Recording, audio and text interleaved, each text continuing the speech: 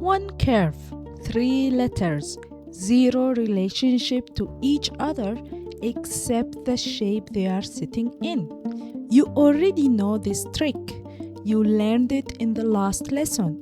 Same skeleton, different mark, different letter, different sound.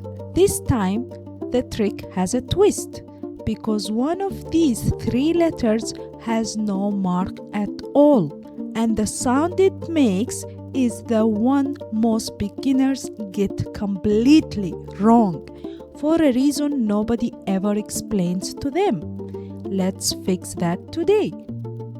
Here is the skeleton all 3 letters share. Look at it before you look at anything else.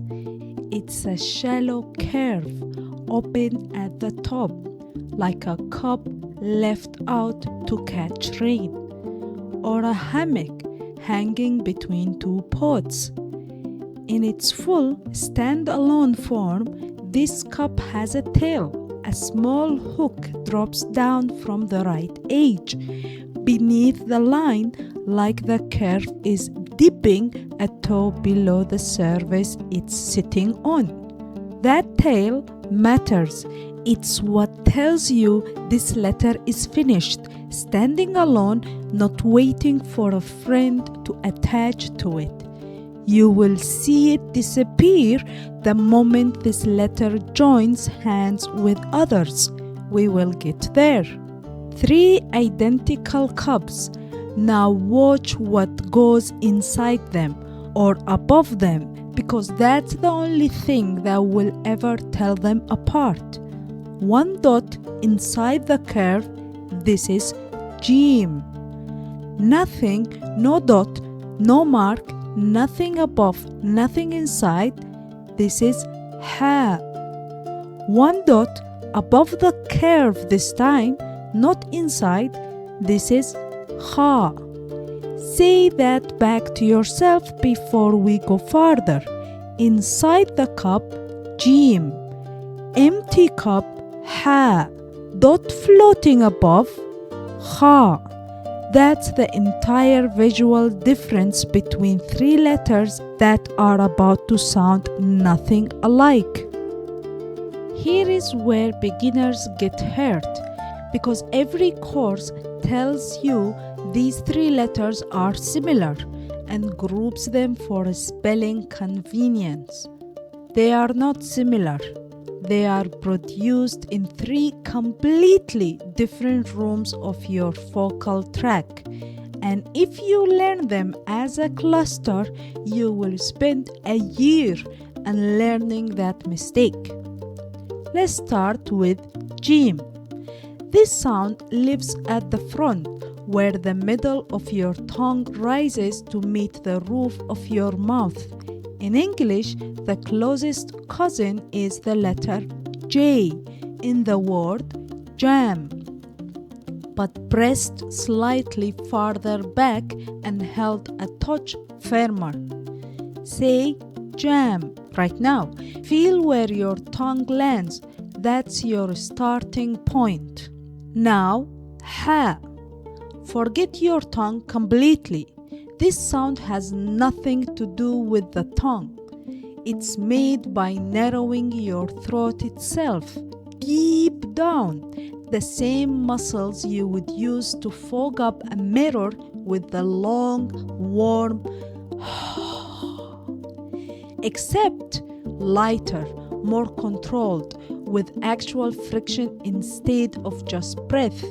It should feel like effort in your throat, not your mouth. Mirror check.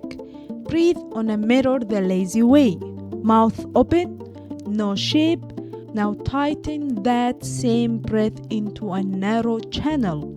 Still no tongue movement, just your throat closing down slightly. That tightened, warm exhale is Ha.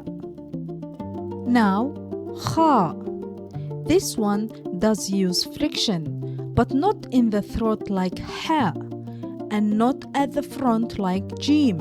It's made farther back, where the back of your tongue rises toward the soft palate and air scrapes through a narrow gap.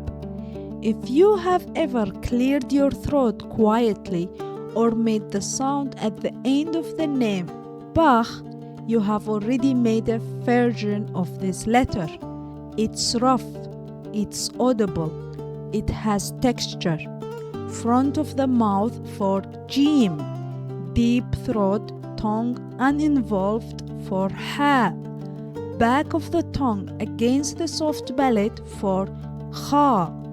3 rooms, not one. If you take one thing from this lesson, take that map.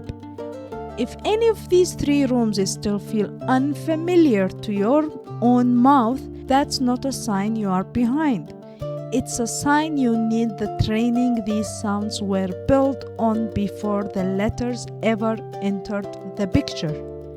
Go back and watch the video attached below, where we trained your voice on the full Arabic sound system from scratch before a single letter was on screen. And keep the PDF attached to that lesson close by. It's built for exactly this moment, solo training with self-check tools, so you can confirm every sound on your own with no audio and no teacher in the room. Now the part that actually lets you read and write. Like every letter in this script, all 3 members of the curved family shift shape depending on where they sit in a word. The dot never moves, the curve does. Isolated, Jim looks exactly like what we draw at the start. Full cup, tail underneath, dot resting inside. At the beginning of a word, the tail disappears completely. The curve flattens slightly and grows a small connecting arm reaching towards whatever letter comes next. The dot stays inside, unmoved. In the middle of a word, the cup shrinks even more. It's now squeezed between 2 neighbors, so it becomes a small dip sitting on the connecting line rather than a full stand-alone pole. The dot is still your anchor. It never leaves the inside of that dip. At the end of a word, the tail comes back because the letter is finishing something. The connecting arm only reaches backwards now to the letter before it, not forward. Ha goes through the exact same shape changes. Tail, flatten, shrink, tail again, but carries no mark in any of the 4 forms. That absent is your identification the whole way through. If the cup is bare in all 4 positions, it's ha. Ha repeats the same shape journey one more time, and the single dot stays above the curve in every form, even when the curve itself is barely more than a dip. The dot floats above no matter how small its cup gets. 12 shapes, 1 skeleton. The only thing that never changes is where the dot sits, or whether it's there at all. Everything else is just the cup adjusting to its neighbors. Time to write. Don't reach for a full word yet. Build the muscle memory of the bare curve first. Draw the isolated cup 10 times before you add a single dot. Right to left, 1 motion, no lifting, your pen in the middle. Feel the shape before you feel the letter.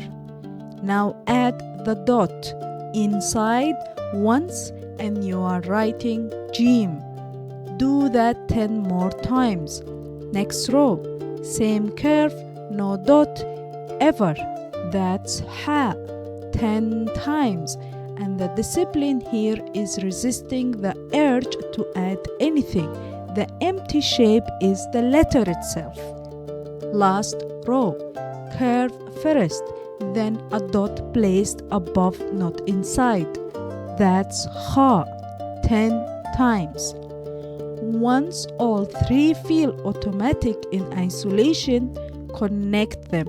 Write a 3-letter chain using the initial, medial, and final forms we just built, and place the correct dot or no dot in each position as you go. Don't rush this. The forms shrinking and growing mid-word is the part that trips people up when they skip straight to full words.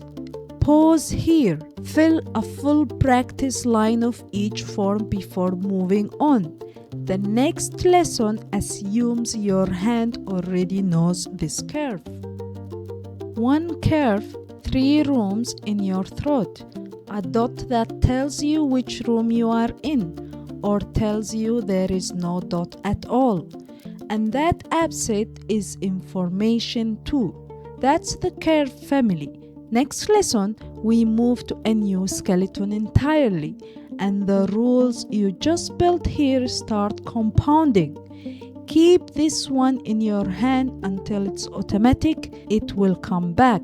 Until then, stay safe. See you later.